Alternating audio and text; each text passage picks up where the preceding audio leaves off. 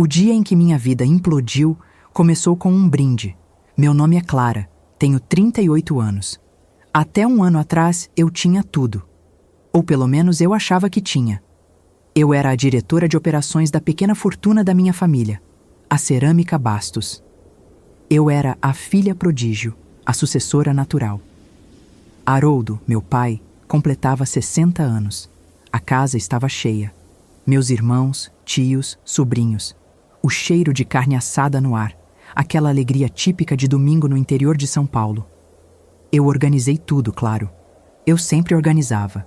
Meu pai se levantou, taça na mão. Eu sorri para ele, esperando o elogio de sempre.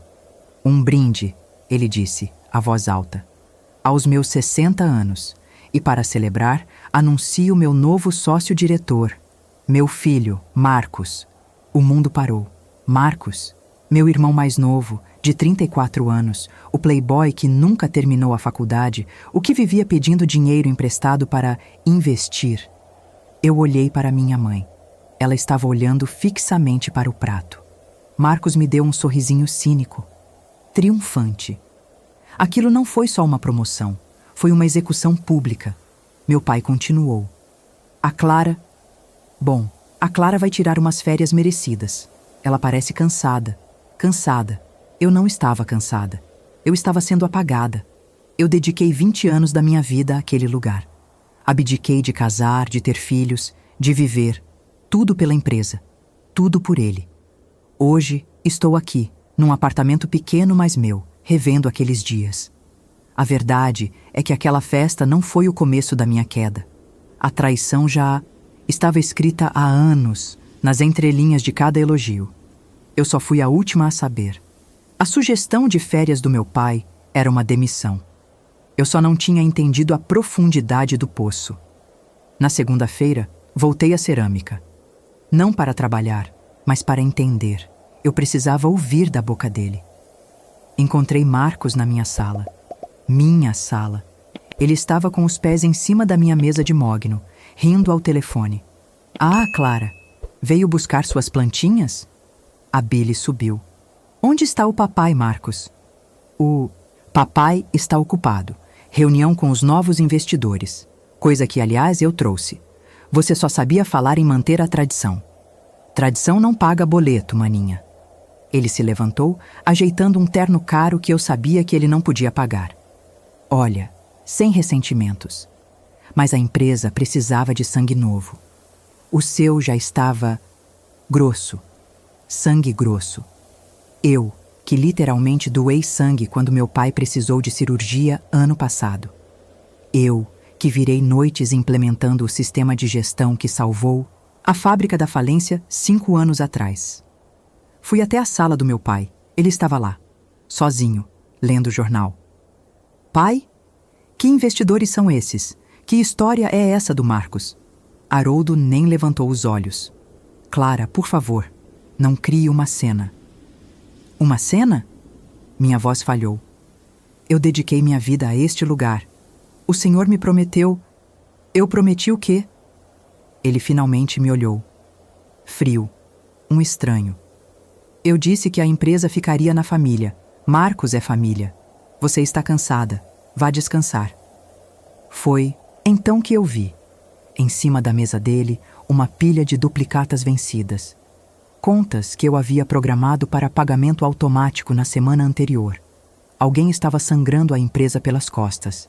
Antes que eu pudesse falar, 2 seguranças que eu mesma contratei pararam na porta.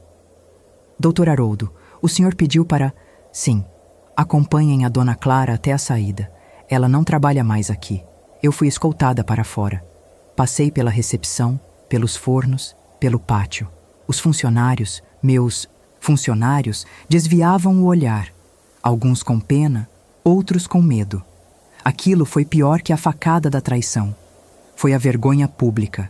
Eu não era mais a diretora. Eu era um problema a ser removido. E o pior, meu pai não pagou rescisão. Nada. Alegou acordo familiar e me mandou embora de mãos vazias. 20 anos de trabalho e eu saí com uma caixa de objetos pessoais e R$0 de indenização. Os primeiros 3 meses foram um borrão de currículos enviados e portas fechadas. Clara Bastos? Mas você não é a... Ninguém quer contratar a herdeira que foi publicamente exilada pelo próprio pai. As economias que eu tinha foram para o aluguel do quarto, comida, contas básicas. Eu nunca fui de gastar. Todo o meu salário voltava para investimentos na empresa, na nossa empresa. Agora eu estava quase sem dinheiro, sem trabalho, sem dignidade. Mas aquela imagem das duplicatas vencidas não saía da minha cabeça. Aquilo não era má gestão do Marcos, era crime. Eu precisava de provas. Lembrei do seu. Roberto, o contador antigo que Marcos forçou a se aposentar 1 ano e meio atrás, 6 meses antes da festa do meu pai. Ele foi o primeiro a ser chutado. Na época, achei estranho, mas estava ocupada demais para questionar. Encontrei-o em sua casa simples, regando samambaias. Ele estava com medo. Dona Clara, eu não posso. O Marcos, ele é perigoso. Seu Roberto, ele está destruindo o legado do meu avô. O senhor me viu crescer naquele escritório. Eu só preciso entender o quê? O que eu não vi? Eu vi o conflito nos olhos dele. Ele entrou, voltou com um pendrive e me entregou com as mãos trêmulas. Eu fiz cópia de tudo antes de sair. Eu sabia que ia dar errado. Passei a noite em claro no meu quartinho alugado. O que eu vi era pior que roubo. Não eram só duplicatas frias. Eram notas fiscais falsas, empresas de fachada, empréstimos com juros absurdos de financeiras que não existiam.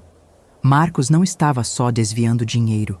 Ele estava usando a cerâmica Bastos para lavar dinheiro. Sujo. Agiotagem. Crime organizado. Mas a descoberta que me quebrou veio depois, numa pasta chamada Acordo. Era um documento particular, uma confissão de dívida do meu pai. Haroldo. Meu pai. Ele estava sendo extorquido. Havia anotações manuscritas nas margens, valores astronômicos, nomes que eu não conhecia, e uma frase rabiscada pela letra trêmula do meu pai: proteger Clara a qualquer custo. E então eu entendi tudo. Marcos sempre teve problemas com jogo, póquer, cavalos, apostas esportivas. O que eu não sabia é que ele estava apostando com gente errada, gente muito errada. E quando não conseguiu pagar, ele usou a empresa como garantia. Aquele teatro todo na festa não foi para me humilhar, foi para me salvar. Marcos tinha se envolvido com essa gente, afundou a empresa em dívidas ilegais e os credores ameaçaram a família inteira. Meu pai, num ato desesperado, entregou a diretoria ao Marcos, a raposa cuidando do galinheiro, para que os agiotas acreditassem que um deles estava no comando, ganhando tempo. A frieza dele comigo, os seguranças me escoltando, foi tudo um teatro cruel para me tirar da linha de fogo. Ele me sacrificou publicamente para que os criminosos me vissem como uma carta fora do baralho, alguém sem poder, sem informação. Ele não me traiu por preferência. Ele me traiu por pânico. E agora, meu irmão estava prestes a entregar a cerâmica inteira para bandidos. Eu olhei para o computador, a raiva dando lugar a um tipo estranho de clareza gelada. Eu não. Estava mais lutando pelo meu emprego. Eu estava lutando pela minha família. Eu não podia ir à polícia. Não com a minha família de refém. Se eu denunciasse os agiotas, eles viriam atrás dos meus pais. Se eu denunciasse o Marcos, ele seria preso e a dívida continuaria lá. A raiva fria me deu foco. Eu passei 72 horas analisando aquele pendrive. Marcos era burro. Ele misturou o dinheiro sujo com o limpo de um jeito grosseiro, infantil. Ele deixou rastros digitais por toda a contabilidade. Eu não precisava derrubar os agiotas. Eu precisava derrubar o Marcos. E eu precisava que ele fosse pego pela única coisa que o crime organizado teme mais que a polícia: a Receita Federal. Fiz uma denúncia anônima, detalhada. Planilhas, números de contas de fachada, os laranjas que ele usava. Enviei tudo para o canal de denúncias da Receita e, simultaneamente, para o Conselho Fiscal do principal banco credor da cerâmica. Aquele que o Marcos parou de pagar para priorizar os agiotas. 3 semanas se passaram. Eu já estava perdendo a esperança quando a bomba estourou. A Cerâmica Bastos foi lacrada para auditoria fiscal emergencial. Contas congeladas. A Receita não brinca quando encontra lavagem de dinheiro escancarada. Marcos ficou cego. Ele não podia mais acessar o caixa. E, de repente, os investidores dele, os agiotas, pararam de receber o pagamento semanal. A justiça poética foi rápida. Recebi uma ligação desesperada da minha mãe. Marcos estava trancado no quarto há 2 dias. Os Yuntizish agiotas estavam ligando para a casa de hora em hora. Estavam na porta da fábrica, ameaçando os seguranças. O castelo de cartas do meu irmão desabou. Eu fui até a casa dos meus pais. Os portões estavam trancados. Eu vi meu pai no jardim, pela primeira vez em meses. Ele parecia ter envelhecido 20 anos. Ele me viu pelo portão. Seus olhos se encheram de lágrimas. Ele não correu para abrir. Ele apenas sussurrou, e eu pude ler seus lábios. Me perdoa. Minha mãe apareceu atrás dele, o rosto inchado, de tanto chorar. Clara, minha filha, ela disse, a voz quebrando. Eu implorei para ele te contar. Eu disse que você era forte, que você ia ajudar. Mas ele teve tanto medo de te perder. Eu não senti raiva. Eu não senti triunfo. Eu senti o peso daquela verdade oculta que nos unia. Nós 3 fomos traídos pela mesma pessoa. Ele pela ganância do filho. Eu pelo pânico do meu pai. E minha mãe por ter que assistir tudo em silêncio. Mas eu não estava ali para perdoar ainda. Eu estava ali para terminar o serviço. Pai, abre o portão. Nós temos que ir à polícia. Agora. Eu não tinha mais medo. Quando meu pai abriu o portão, eu o abracei. Foi um abraço seco, rápido. Não era hora para lágrimas. Cadê ele? Marcos estava na sala de jantar, encolhido. O playboy arrogante tinha sumido. No lugar dele, um homem pálido, suando frio, o celular tremendo na mão. Clara, pelo amor de Deus, eles vão me matar. Eles disseram que vem aqui hoje. Eles quem, Marcos? Os seus sócios? Minha voz era gelo puro. Ele finalmente olhou para mim. Não havia arrependimento. Só medo. Nesse momento, ouvimos as sirenes. Não era a polícia local. Era a Polícia Federal, acionada pela Receita. O buraco era mais fundo do que eu imaginava. Marcos entrou em pânico. Você! Foi você! Você me entregou! Eu entreguei um criminoso. Eu disse firme. Eu salvei a empresa. A polícia entrou. Foi rápido. A denúncia anônima, corroborada pelo banco e pela auditoria fiscal, era robusta. Marcos foi levado por sonegação fiscal, formação de quadrilha e lavagem de dinheiro. Mas a operação era maior do que eu imaginava. Os agiotas também estavam sendo investigados há meses pela Polícia Federal. Minha denúncia foi a peça que faltava. Eles foram presos na mesma semana. Uma rede inteira de lavagem de dinheiro e agiotagem que operava em 3 estados. A dívida do meu pai foi anulada judicialmente como produto de extorsão e crime. A cerâmica foi liberada após o pagamento de multas fiscais pesadas, mas sobreviveu. Meus pais ficaram. O silêncio na sala era ensurdecedor. Meu pai sentou na poltrona onde meses atrás ele me humilhou. Eu sinto muito, minha filha, ele disse, a voz embargada. Eu achei que, afastando você, eu te protegeria. Eu tive tanto medo de te perder para aqueles homens que eu mesmo te sacrifiquei. A verdade inteira estava ali. A traição dele foi um ato de amor distorcido pelo pânico. Eu sentei ao lado dele. O Senhor me traiu, pai, mas o Marcos traiu nós 2. O Senhor confiou no filho errado. Ele chorou. Um choro feio, de velho, de quem perdeu tudo.